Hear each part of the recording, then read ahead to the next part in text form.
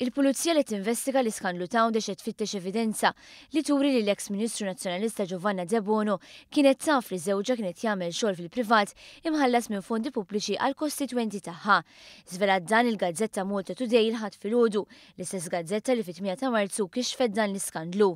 Prinċipali għall-investigazzjoni se jkun il-fatt jekk il-qorti Awċija titeġitixi tifriża l-assistent De Bono taħt proċeduri legali ta' ħasil ta' flus. Il-Pulizija tfittex it-transazzjonijiet li għamel De Bono li jaf ikunu suspettużi u mhix teskludi l-possibilità ta' legat tixħim f'dawn ix-xogħlijiet li saru għal-voti. It-talba biex dawn l-assi jkunu friżati kienet oġġezzjonata mill-avukata De Bono meta dan tresa il-qorti aktar kmini din il-ġimgħa. U dim il-Maġistrat Anthony De Bono kellu jwieġeb għal 13 il-lat ta' akkuża dwar il-legalitajiet li allegatament saru fl-2013 u fis-snin ta' qabel.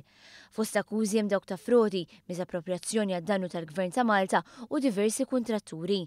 Il-whistleblower li kien l-ewwel kuntrattur li resaq il-qudiem dan il-każ iddikjara mal-Pulizija li Anthony De Bono ħallas parti mis-somma ta' 50,000 euro dovuta lilu. Flus De Bono preżentom f'kaxxa li kellha riħa ta' moffa. Sissa l-Pulizija għadha m'għamlet l-ebda tfittxija fir-residenza privata ta' De Bono.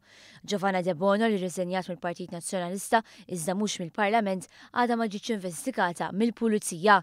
Il-Pulizija tkellmet ma' diversi uffiċjali tal-Gvern u għalqet id-Dipartiment tax-Xogħlijiet Pubbliċi sabiex l-ebda dokumenti ma jitneħħew.